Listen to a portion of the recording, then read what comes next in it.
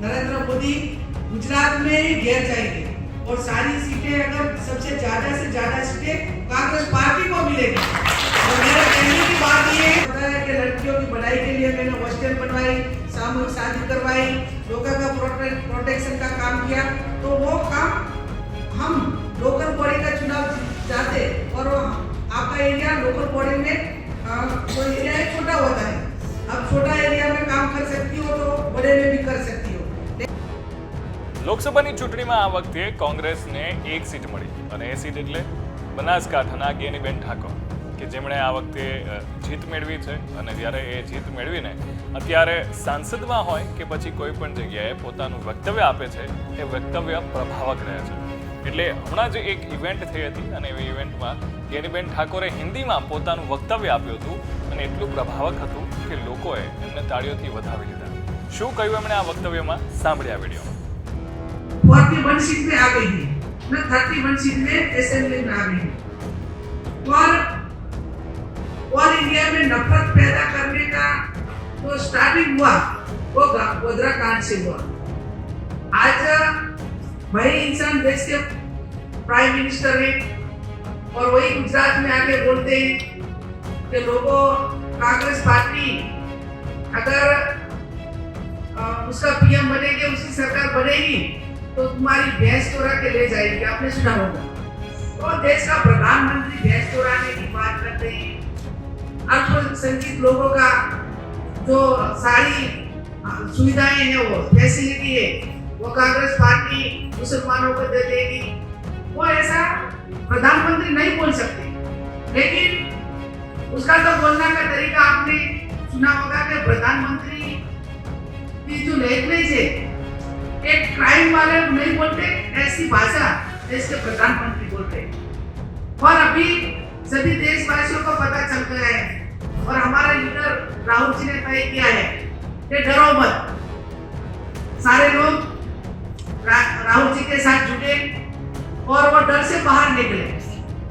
जब लोग डर से बाहर निकलेंगे, अब आपने बताया, आपने तो पढ़ा है लेकिन हमने तो देखा है।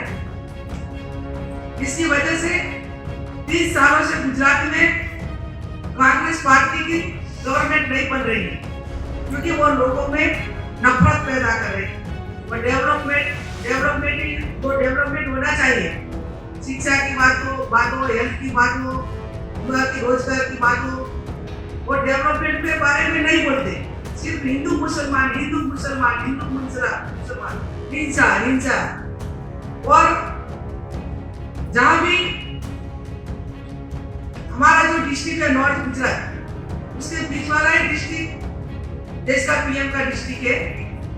तो अब सारे देश में आपने सभी ने बताया कि वो हमारी एक महिला मेंबर ऑफ पार्लियामेंट बन के गुजरात में आई। तो लोगों ने कई सालों तक सुना नफरत की राजनीति और वो थक गए और उसको हराने की शुरुआत भी गुजरात में कर दी है। अब चॉइस ने एक सीट दी है। आने वाले चुनाव में नरेंद्र मोदी गुजरात में ही घेर जाएंगे और सारी सीटें अगर सबसे ज्यादा से ज्यादा सीटें कांग्रेस पार्टी को मिलेगी। और मेरा कहने की बात ये है कि लोगों को इसकी असलियत का पता चल गया है और आप जुटे रहे। वो नफरत वाली राजनीति जो कर रहे थे वो लोगों को समझ में आ गई है। आप एक ही बात रखो, डरो मत, डराओ मत।